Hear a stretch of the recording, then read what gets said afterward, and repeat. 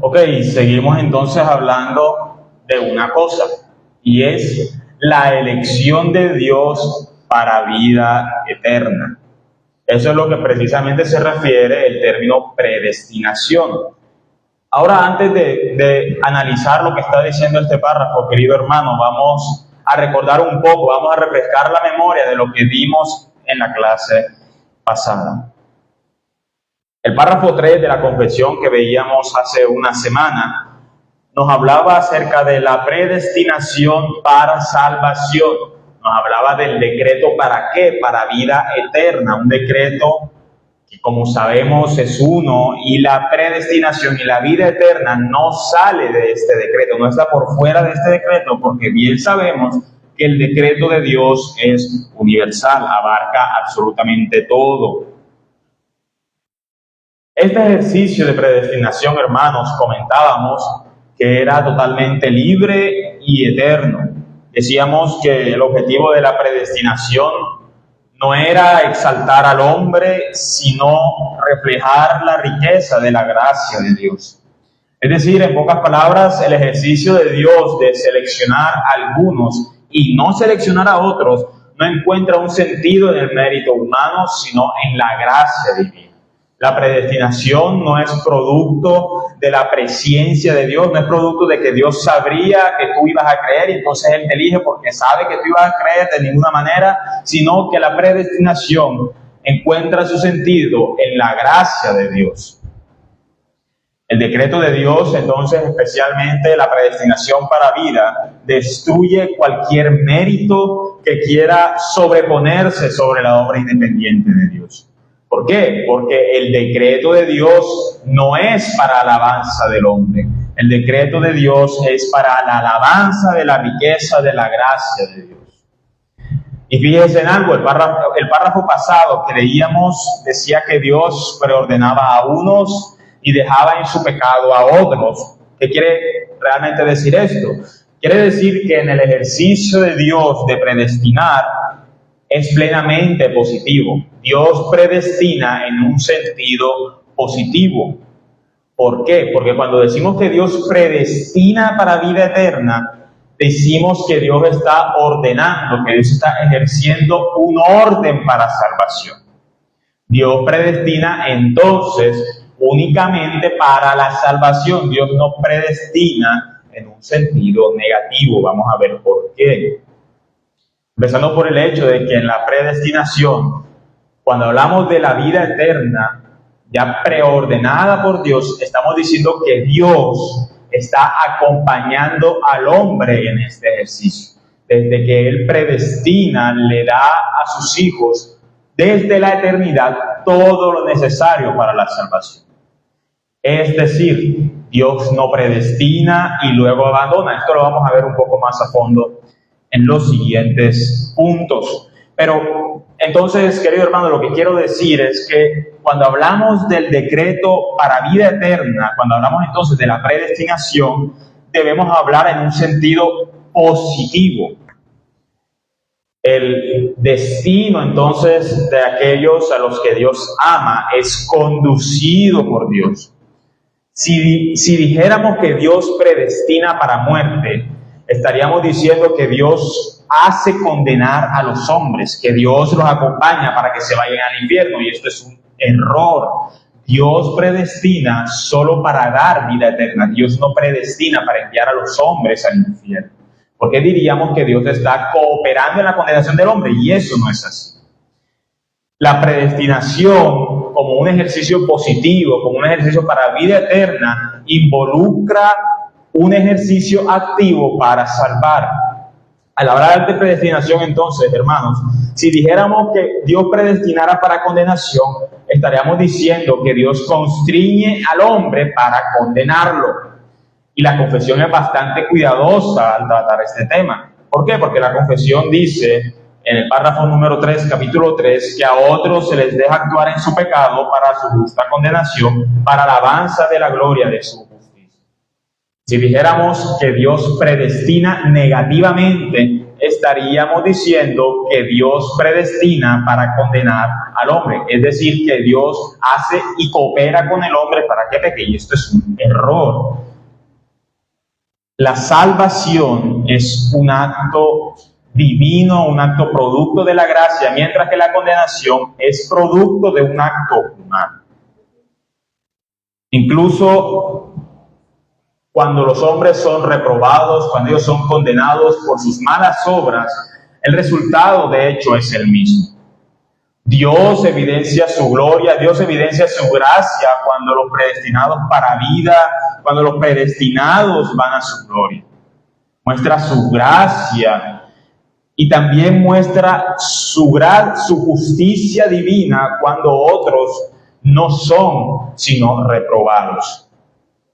Entonces no podemos decir que Dios predestina en un sentido negativo, sino que a otros se les deja actuar en su pecado. ¿Para qué? Para su justa condenación, para la alabanza de la gloria de la justicia de Dios.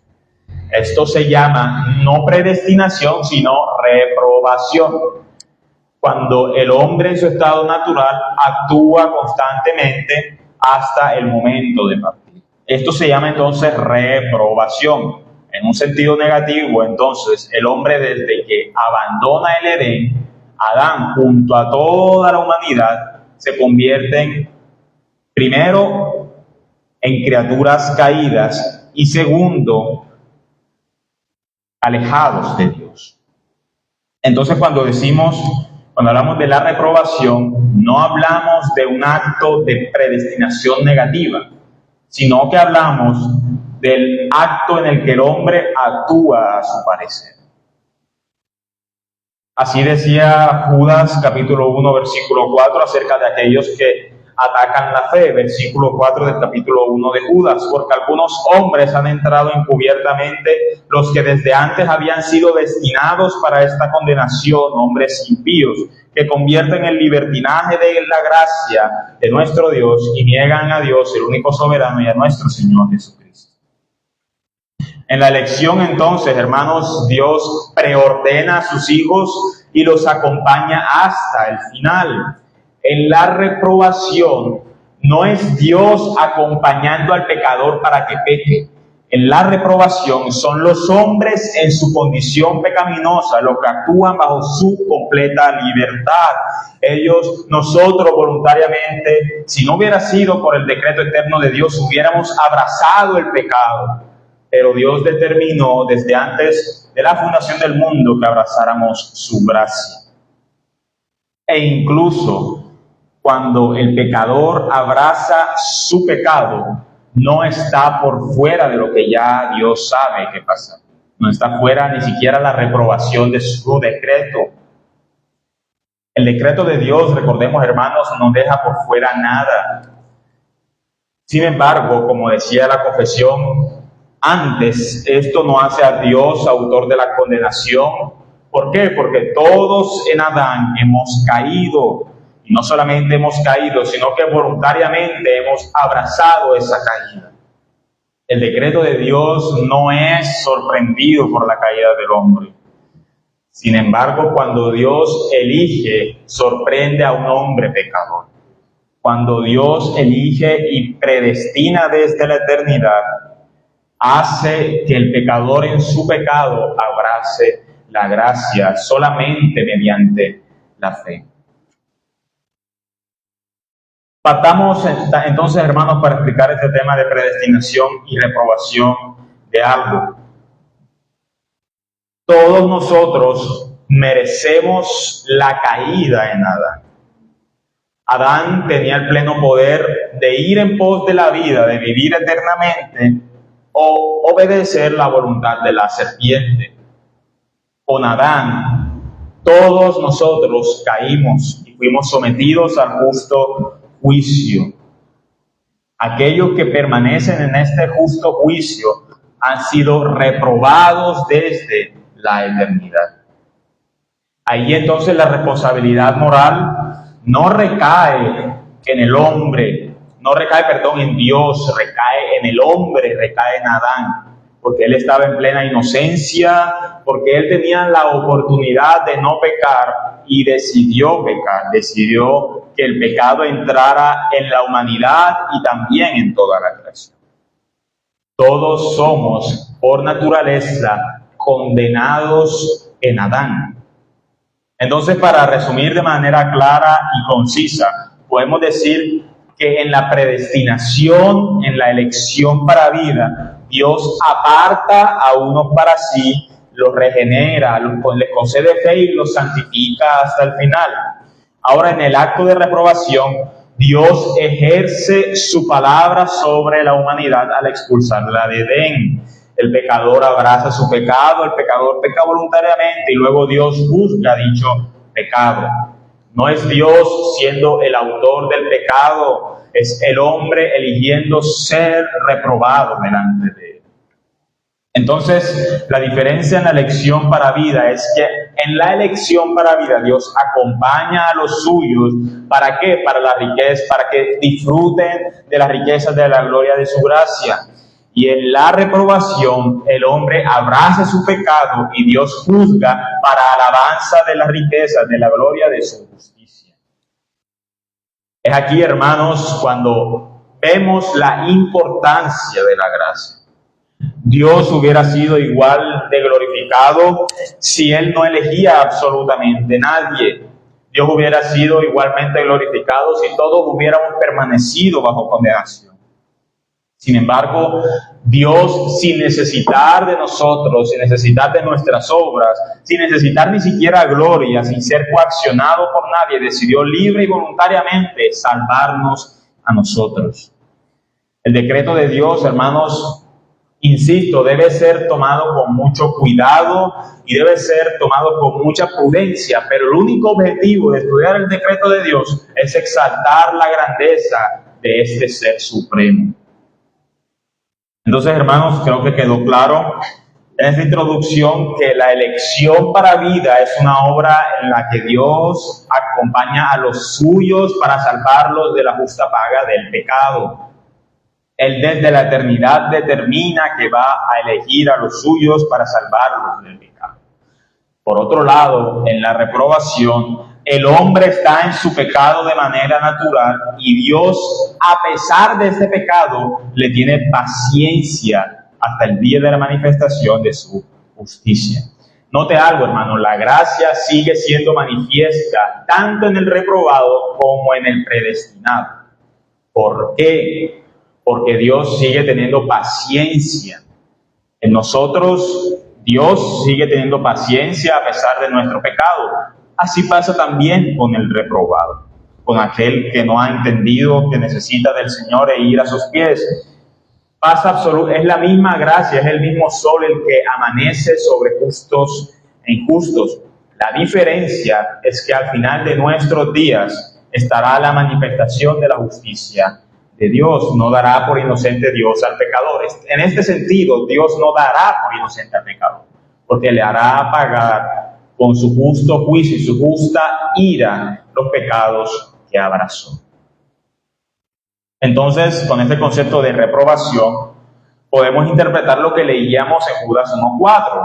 Vuelvo a leer para ustedes la cita, porque algunos hombres han entrado encubiertamente, los que desde antes habían sido destinados para esta condenación, hombres impíos que convierten en libertinaje la gracia de nuestro Dios y niegan a Dios, el único soberano, y a nuestro Señor Jesucristo. Entonces, puede verlo, querido hermano, Dios, sabemos desde el inicio, conoce el destino de los hombres. Esto ya está plenamente en su decreto. Lo que Judas muestra es que el hombre es impío. El hombre asume el pecado, el hombre se apropia de él, pero que ni siquiera este suceso está fuera de lo que ya Dios contenía en su decreto. Entonces, lo que podemos decir de Judas 1:4 es que Dios no predestina a los hombres para condenación, sino que son los hombres quienes abrazan este pecado de manera voluntaria y de manera libre, porque tenemos, como sabemos, una naturaleza caída. La reprobación no es en un sentido, entonces, en el mismo sentido de la predestinación. No es Dios haciendo al hombre que peque, sino es Dios teniendo paciencia de un hombre que peque. En la predestinación es Dios teniendo paciencia y reposando toda esa ira sobre el Hijo eterno. Entonces, es clara la diferencia, querido hermano. En la predestinación, repito, Dios acompaña a los suyos hasta el final y sigue teniendo paciencia incluso en medio del pecado de los suyos, en medio del pecado remanente de los suyos, a diferencia de aquellos que son reprobados. Decíamos entonces, hermanos, que la elección de Dios para vida es personal y hablábamos de 2 Timoteo 2:19, pero el fundamento de Dios está firme teniendo este sello: conoce el Señor a los que son suyos y apártese de iniquidad todo aquel que invoca el nombre de Cristo. Entonces Dios tiene un conocimiento particular, un conocimiento específico de aquellos que le pertenecen de antemano. No es que Dios conozca que tenemos cierto color de piel, no es que Dios conozca que tenemos ciertas características, sino que Dios conoce plenamente nuestro ser y conoce plenamente aquellos que somos de Él. No es un conocimiento intelectual, hermanos, sino que es un conocimiento de amor. Dios no solo sabe quiénes van a creer, sino que aquellos que creerán ya le pertenecen a Él. El Señor conoce entonces de manera personal, conoce de manera particular a aquellos que le pertenecen. Recordemos el por qué Dios elige, como sabemos por la clase pasada, desde antes de la creación, desde antes de los siglos. Esta elección es independiente. ¿Por qué? Porque hace parte del decreto de Dios. Y bien sabemos, hermanos, que el decreto de Dios no tiene causa, que el decreto de Dios no es motivado por absolutamente nadie fuera de Dios mismo. Entonces Dios conoce de manera particular, Dios conoce a aquellos que elige como producto de su elección. No es que Dios vea en el futuro y luego sepa quiénes le van a aceptar y por eso Él elige, absolutamente no. Dios conoce de antemano a aquellos que luego tendrán fe. Recordemos que la fe es un don de Dios, como dicen las Escrituras. Entonces Dios elige de manera personal, elige de manera independiente. Dios no es afectado ni siquiera por lo que Él sabría que pasaría, como decíamos en clases pasadas. Creo entonces que el texto que leíamos de Timoteo, hermanos, era bastante claro en su intención. Dios conoce a aquellos que le aman porque precisamente Él nos amó primero. Leamos otra cita, hermanos, alguien que pueda leerla en voz alta. Juan capítulo 10, versículo 14. Juan capítulo 10, versículo 14. Yo soy el buen pastor y conozco mis ovejas y las mías me conocen. Cristo está hablando primero de que Él conoce sus ovejas y luego las suyas le conocen. Es un conocimiento mutuo, es verdad, pero es un conocimiento que encuentra su sentido en Dios. Es Dios quien conoce de antemano, es Dios quien ama de antemano. Ahora fíjese que Cristo no está hablando de una multitud indeterminada que eventualmente podría convertirse en sus ovejas, de ninguna manera. Cristo está hablando de sus ovejas, de un pueblo que le pertenece de manera particular. Especular, hermanos, y decir que la elección depende del hombre es ignorar que nosotros conocemos al buen pastor porque el buen pastor nos conoció primero. No hay nada en nosotros que sea motivo para que Dios nos ame, para que luego después elija. No hay nada atractivo en nosotros para el Señor. Lo único atractivo que hay en nosotros es Cristo y su obra. Dios nos elige de antemano. Él determina que Cristo pagaría el precio y es por eso que Él nos ama de antemano. Por eso le dice el Señor a Jeremías: con amor eterno te he amado. Él nos elige entonces y por eso es que nos ama de manera incondicional, porque su decreto para vida es incondicional. Entonces el párrafo 4 de la Confesión de Fe, capítulo 3, hace énfasis en que esta elección es personal. Estas ovejas son elegidas para conformar un rebaño. No es al revés. No es un rebaño elegido, conformado de ovejas, como si fuera un grupo que Dios eligiera en particular. Permítanme explicar lo siguiente. Es incorrecto decir que Dios elige por grupos. Por ejemplo, sería incorrecto decir que Dios eligió al pueblo de Israel para salvación. ¿Por qué es incorrecto decir esto? Porque es evidente que la mayoría de judíos no creen en Jesús como Mesías. Entonces, si dijéramos que Dios elige por grupos, esos pocos que no creen afectaría entonces a los que sí creen. Entonces, ¿qué es lo lógico? Decir que la elección de Dios es personal y luego esos santos así elegidos en su conjunto conforman a la iglesia. Entonces, Dios elige de antemano a individuos que luego conformarán el cuerpo de la iglesia universal. Estas ovejas son amadas, son conocidas de manera especial por el buen pastor. Es por eso entonces, hermanos, que es ilógico, que es antibíblico el no creer que esta salvación es personal. ¿Por qué sería ilógico pensar que la elección es personal? Porque si Dios eligiera grupos, pero no individuos, todos los del grupo podrían apartarse o perderse. Piénselo de esta manera. Es decir, sin tener en cuenta que la salvación es personal, no podría tener sentido hablar de un cuerpo como iglesia, porque la iglesia está conformada por individuos.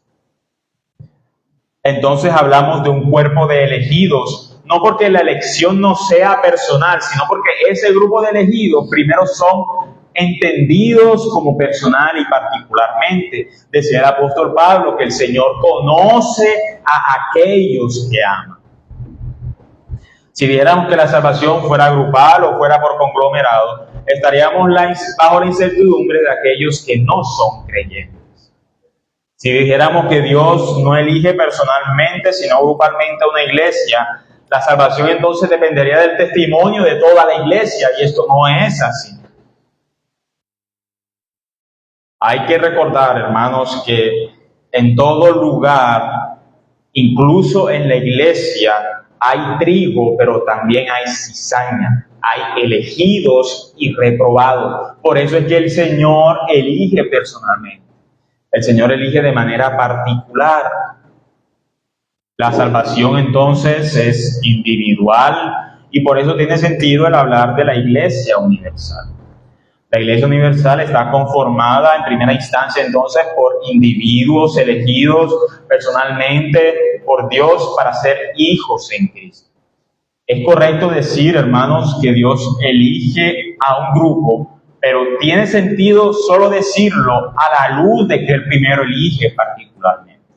Hablamos de una iglesia santificada y escogida por parte de Dios, sí, pero tiene que ser entendido porque primero Dios elige y santifica a cada uno de nosotros. Recordemos, hermanos, que el llamamiento es personal. No podemos decir que el llamamiento no es personal. ¿Qué es el llamamiento? Recordemos, cuando a nosotros llega el mensaje del Evangelio. Es algo que es recibido por nuestro espíritu, por nosotros mismos. Y es el Santo Espíritu de Dios el que cambia nuestra forma de ver la vida. Es Dios quien actúa de manera personal en cada uno de nosotros. Es Él quien renueva nuestros afectos. Muchas personas pueden escuchar el mismo mensaje, pero sin duda alguna, solo algunas personas van a llegar a la verdad. ¿Por qué? Porque el llamamiento puede ser para todos, pero eficaz solo para algunos. El mismo mensaje que regenera a aquellos que han creído, el mismo mensaje que regeneró a aquel aquel miembro del centurión romano, es el mismo mensaje que está regenerando hoy en día las almas perdidas. Es un mensaje entonces individual de salvación, es un mensaje que ofrece y da perdón, pero hay algunos que permanecen en su estado de reprobación y hay otros que gracias al Espíritu Santo de Dios abrazan la fe. Leamos un texto para más claridad, hermanos. Alguien que lea para nosotros Romanos 11, versículos 5 al 6. Romanos capítulo 11, versículos del 5 al 6. Así también aún este tiempo ha quedado remanente escondido por gracia ya no es por obras. De otra manera la gracia ya no es gracia. Por obras ya no es gracia. De otra manera la obra ya no es obra. Pablo en este capítulo de Romanos 11 venía hablando acerca de la antigua nación de Israel. Pablo, hablando de la elección, él recuerda que todos en Israel fueron llamados al arrepentimiento. Todos fueron prometidos para ir en pos de su Mesías. Todos fueron llamados a ir en pos de Cristo. Pero pocos son los verdaderos creyentes. Pocos son los verdaderamente elegidos por Dios. Dios no elige a pueblo por motivo étnico, Dios no elige clases, Dios no elige intelectuales, Dios elige de toda lengua, de toda nación, de toda etnia, de manera particular. Y todos ellos, aquellos que han sido elegidos por gracia, son luego llamados a conformar un cuerpo llamado iglesia. Entonces el llamamiento es personal, es específico, de la misma manera en que la elección es personal. Entonces afirmamos que Dios no elige grupos, sino individuos para formar luego un grupo llamado iglesia. La elección para vida, entonces, hermanos, es particular para seres humanos de toda lengua, tribu y nación. La elección es personal.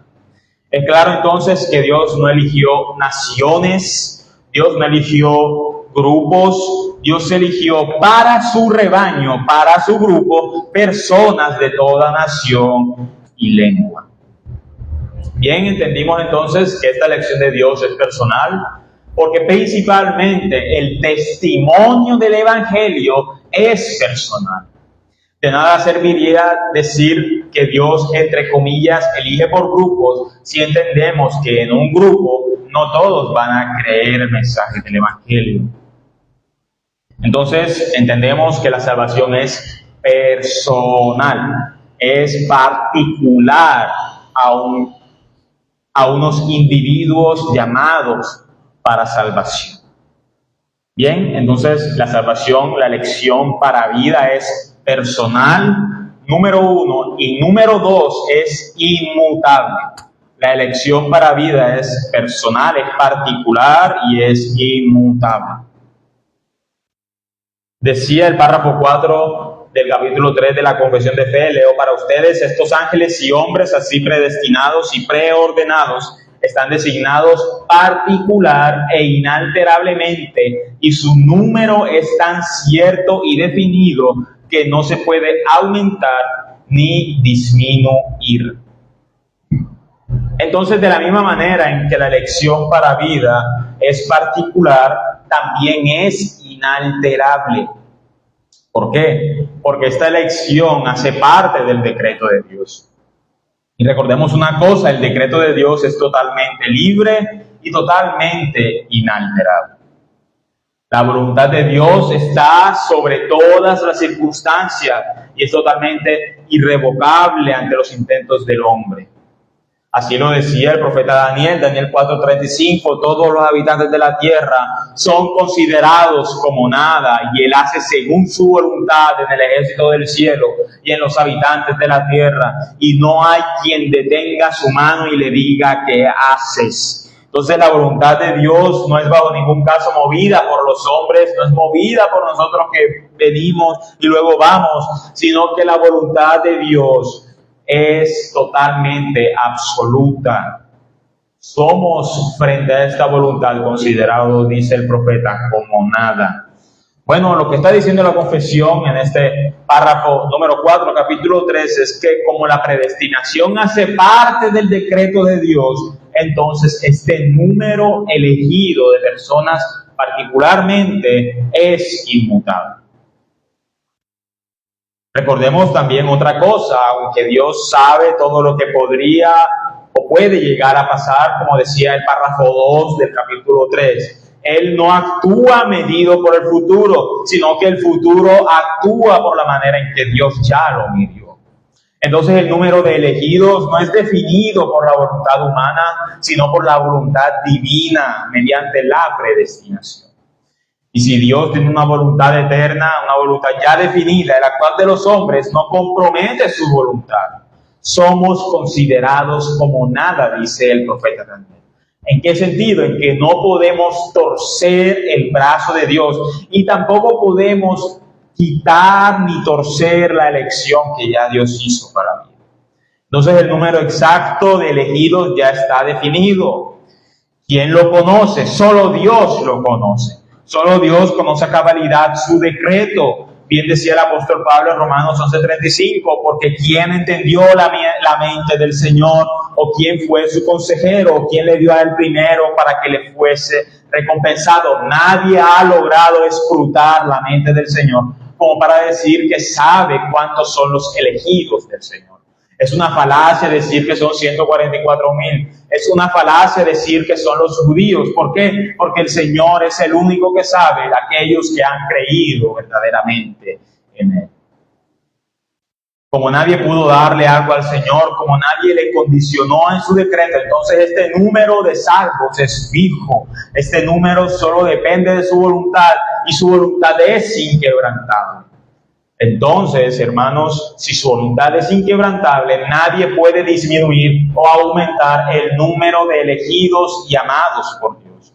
La voluntad del hombre no tuerce la voluntad divina que decidió salvar. El buen obrar del hombre solo manifiesta una gracia que ya se otorgó de manera previa. La gracia no es por méritos humanos, porque dejaría de ser gracia. La gracia es en función de lo que ya Dios había determinado. Entonces es inmutable esta elección para vida. Esta elección para vida no puede ser aumentada o disminuida en lo absoluto, porque diríamos que su decreto cambia. Y si decimos que su decreto cambia, estaríamos hablando de alguien que no es Dios. Entonces, es claro también que este argumento es lógico, pero las Escrituras son nuestro sustento y las Escrituras dan testimonio de que este llamamiento no es producto de las obras, sino producto de la gracia eterna de Dios. Segunda Timoteo 1 del 8 al 9, por tanto, no te avergüences de dar testimonio de nuestro Señor, ni de mí, preso suyo, sino participa de las aflicciones por el Evangelio según el poder de Dios, quien nos salvó y llamó con llamamiento santo, no conforme a nuestras obras, según el propósito suyo y la gracia que nos fue dada en Cristo Jesús antes de los tiempos de los siglos. La gracia entonces, siendo impartida en cada uno de nosotros desde antes de la fundación del mundo, no es producto de nuestro obrar, sino producto del obrar soberano de Dios en su decreto. Es absolutamente claro. Las Escrituras dicen que hemos sido amados desde antes de los siglos. ¿Qué ocurrió antes de los siglos? El decreto de Dios. Decreto el cual sabemos es universal, es inmutable y es incondicional.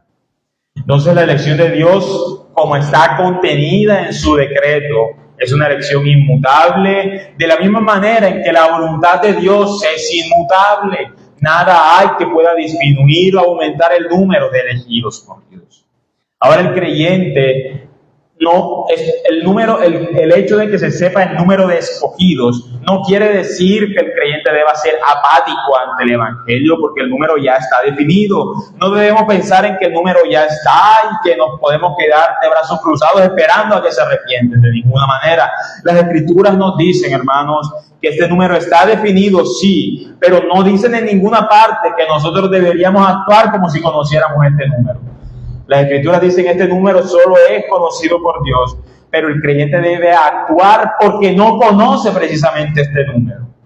Piensa por un momento en que Dios, aquel que eligió desde la eternidad, ese Dios que sabe que su voluntad se cumpliría, si Dios no se quedó con los brazos cruzados, si Dios mandó a su Santo Espíritu para completar dicho número, ¿por qué nosotros nos quedaríamos quietos? No hay razones para que el creyente se quede con brazos cruzados si el Padre mandó al Santo Espíritu de Dios para traer a aquellos que son suyos. Si Dios, aquel que eligió, el Padre, si el Padre eligió, si el Padre sigue edificando su iglesia mediante su Espíritu a lo largo de los siglos, si Dios sigue redimiendo en todo lugar, piensa entonces en lo involucrado que debemos estar nosotros para completar dicho número, que no conocemos ni vamos a conocer.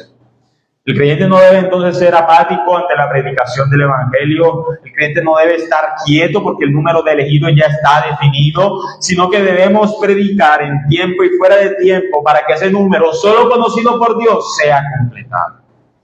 No se trata entonces de contemplar el decreto y saber intelectualmente todo acerca de Dios y no hacer nada, sino de contemplar el decreto de Dios y actuar. Ver la grandeza de la riqueza, de la gracia de Dios, al tiempo que procuramos compartirla a los demás, es el sentido de conocer. Y lamentablemente, hermanos, muchos en el círculo protestante en ocasiones caen en una quietud de solo contemplar sin actuar. Conocer la voluntad del Señor revelada en su palabra, hermanos, debe llevarnos a ser instrumentos útiles para que dicha voluntad se cumpla. Y dicha voluntad es que aquellos que están perdidos procedan al arrepentimiento. Dicha voluntad es que el número de escogidos, solo conocido por Dios, se complete. Por eso decía Cristo mismo en Mateo 5, del 14 al 16, vosotros sois la luz del mundo, una ciudad asentada sobre un monte no se puede esconder, ni se enciende una luz y se pone debajo de un almud, sino sobre el candelero, y alumbra a todos los que están en casa. Así alumbre vuestra luz delante de los hombres, para que vean vuestras buenas obras y glorifiquen a vuestro Padre que está en los cielos. Ser la luz del mundo, hermanos, implica impartir el Evangelio. Sabemos que el decreto de Dios es inmutable, sabemos que este número de elegidos es inmutable, pero el ánimo del creyente no debe ser quedarse con los brazos cruzados. No debemos pensar de que, bueno, como sé que el número está escrito, como sé que este número no cambia, no voy a hacer nada. Se trata de decir, como sé que el número está definido, voy a hacer lo posible para que ese número se cumpla, porque esa es la voluntad del Señor. Ser luz, hermanos, el saber acerca del Dios no conocido, pero también revelar a las almas perdidas aquel Dios no conocido, es el sentido de ser cristiano. Ser luz implica saber del Dios no conocido, pero también dar luz acerca de ese Dios no conocido. Ahora créame que si nosotros no hablamos, dice Cristo que incluso las piedras hablarán. Lucas 19, del 38 al 40. Bendito el Rey que viene en el nombre del Señor, paz en el cielo y gloria en las alturas. Entonces algunos de los fariseos de entre la multitud le dijeron, Maestro, reprende a tus discípulos. Él respondiendo les dijo, os digo que si estos callaran, las piedras clamarían. Entonces predicar el Evangelio es una acción que debe ser comandada por cada uno de nosotros. Sin embargo, si incluso nosotros mismos no rehusamos, las mismas piedras van a hablar, dice Cristo. Eso también demuestra algo, que nosotros no somos indispensables. Solo la voluntad divina es indispensable. Solo el Evangelio es indispensable. Dios va a conquistar las almas perdidas. Dios va a conquistar a sus elegidos con o sin nosotros. Procuremos predicar el Evangelio, queridos hermanos. ¿Para qué? Para traer las ovejas al redil del buen pastor. Predicar el Evangelio, participar de la riqueza de la gracia de Dios para con los demás es un beneficio, no es solamente un favor. No es un favor, de hecho, porque eso hace parte de la voluntad de Dios. Entonces, El sentido de predicar el Evangelio es traer estas ovejas al redil del buen pastor. Este buen pastor es perfecto porque este número de ovejas ya apartadas por él no se pierde. Entendamos esto, hermanos. Cristo es el buen pastor porque las ovejas que se le otorgaron no se pierden. Si dijéramos que la salvación se pierde, acabaríamos diciendo que el buen pastor en realidad no era buen pastor. Si dijéramos que la salvación se pierde, diríamos que Cristo falla en su labor de cuidar a los suyos. ¿Pero acaso el Hijo de Dios falla? No. ¿Acaso quien es Dios encarnado falla? Absolutamente no. Por eso Él es el buen pastor. Porque ninguna de las ovejas por las cuales Él entregó su cuerpo y sangre, ninguna de estas ovejas que el Padre apartó, se pierden. Cristo es el buen pastor, porque las ovejas que el Padre entregó no se apartarán jamás. Así lo dice Cristo mismo en Juan 10:11. Yo soy el buen pastor da su vida por las ovejas. Versículos 27 y 29 de Juan 10. Mis ovejas oyen mi voz y yo las conozco, y yo les doy vida eterna y no perecerán jamás, ni nadie las arrebatará de mi mano. Mi Padre que me las dio es mayor que todos, y nadie las puede arrebatar de la mano de mi Padre. Entonces, sí, ve, hermano, es Dios, es el Padre, aquel que elige a esas ovejas y se las encomienda al buen pastor. Y el buen pastor no falla porque Él dio su vida por las ovejas. Este buen pastor es precisamente buen pastor porque ninguna de las ovejas que el Padre le dio se pierde. Entonces luego este número de ovejas es solo conocido por Dios y es inmutable, porque Cristo es el buen pastor, aquel que da su vida por las ovejas, cuyas ovejas no se pierden. Recordemos también lo que decía el apóstol Pablo acerca de la salvación. Pablo escribe lo siguiente en Romanos 8 del 30 al 32, alguien que lea para nosotros. Romanos 8 del 30 al 32. Los que predestinó a estos también, a los que llamó a estos también, a los que justificó a estos también, prefirieron a estos, Dios es por nosotros, ¿quién es contra nosotros? 28 al 32. Sí. Y sabemos que a los que aman a Dios todas las cosas ayudan a bien, a los que personas como nosotros porque a los que predestinó, porque a los que antes conoció también los predestinó, para que fuesen ellos conforme a la mente de su Hijo, para que Él sea primogénito del Señor. A los que predestinó, a ellos también llamó, a los que llamó, a ellos también justificó, a los que justificó, a ellos también. Retiremos a estos y luego nosotros hicimos a nosotros, desde un testimonio de su propio Hijo, sino que lo entregó por todos nosotros. Nos dará también con todas las cosas. Gracias. Pablo está diciendo y está enumerando las cosas que Dios da como Dios que salva. Predestina, Dios llama, Dios justifica y glorifica. Entonces, si decimos que Dios da a su Hijo, esa es la garantía de que aquellos que son predestinados van a tener absolutamente todo en Cristo. Dice Pablo claramente, el que no escatimó a su propio Hijo, sino que lo entregó por nosotros, ¿cómo no nos dará también todas las cosas? Entonces, si Dios a los que predestina les entrega a su Hijo, esa es la garantía absoluta de salvación. Si decimos entonces que la salvación se pierde, si decimos que este número de salvos cambia, estamos diciendo que Dios no da todas las cosas, pero las Escrituras dicen claramente que si Dios dio a su propio Hijo, no va a escatimar dar lo demás. Si el Padre predestina, si el Hijo muere, si el Espíritu Santo regenera, Dios no deja su obra inconclusa. Si Él predestina, entonces no hay cambio en dicha elección. Si Él predestina, Él acompañará hasta el final a todos y a cada uno de sus hijos para que procedan a la meta. El consuelo del creyente es que su salvación no depende de sí mismo, sino en lo que Dios ha provisto. El consuelo del creyente es que Dios le amó primero para que luego el creyente pueda amarle. Y dicho amor debe ser reflejado en obediencia. Recordemos lo que dice el Señor Jesús: si me amas, guarda mis mandamientos. ¿Y cuáles son los mandamientos que Cristo resume? Amarás a Dios como a ti mismo, y amarás a Dios sobre todas las cosas y a tu prójimo como a ti mismo. Entonces, si verdaderamente hemos sido amados, si verdaderamente amamos a Dios, procuramos obedecer la ley moral. La doctrina de la predestinación, hermanos, debe ser tratada con prudencia y con cautela, no descuidando nuestra responsabilidad de reflejar la gracia del Señor en nuestras vidas.